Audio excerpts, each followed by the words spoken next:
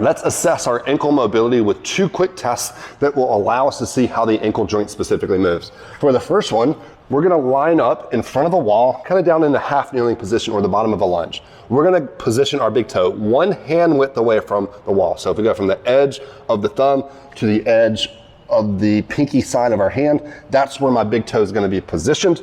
Then I'm going to move my body straight forward and see, do I have the ability for my knee to touch the wall without my heel rising up? If you do, you pass. We don't need to worry about ankle mobility at all. If you fail, ankle mobility may be important for you to address. A couple of important notes with this test. You have to be sure that as you perform it, you go straight forward. You don't allow your foot to rotate out or your hip to rotate out. If you go and get into this position here, what we're gonna do is get a lot of extra joints moving that won't really let us isolate the ankle mobility itself. So straight forward and back. Sometimes I even have individuals perform this where they're in the corner of a room. So maybe there's another wall here so that we can get positioned to where this leg is blocked and it can't move out laterally, and then we rock straight forward. This test also must be done barefoot. If you do it with shoes on, you will get some false readings, so make sure you're barefoot. The second test we're gonna do, we're gonna get back in that half kneeling position.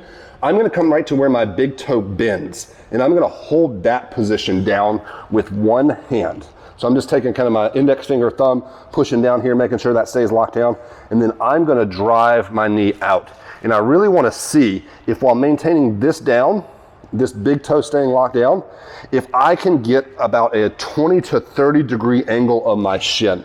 So that's measuring some midfoot motion, some rear foot motion. It's really looking at, do we have the ability to drive the entire foot and ankle complex out laterally? Because if we think of the squat, as we descend down, we're typically thinking of driving the knees out. We need to assess if we have that ability, and this is the test that we're gonna use to address that. If you don't have the ability to drive out 20 or 30 degrees, we are commonly gonna see that that individual also has some limitations in that forward knee motion that we first tested. If the forward motion is limited and the lateral motion is limited, I will address the lateral stuff specifically first. So if you're running through like our ankle mobility overhaul program, for example, what I'll end up doing is in all of my ankle mobility drills, let's say I'm working on improving my ankle dorsiflexion, but we found that lateral limitation, then when I'm stretching my ankle, I'm also gonna really emphasize driving my knee out in all the mobility drills that we do inside of that program. So we're also getting after the lateral components of ankle mobility that will commonly block the forward motions of ankle mobility as well.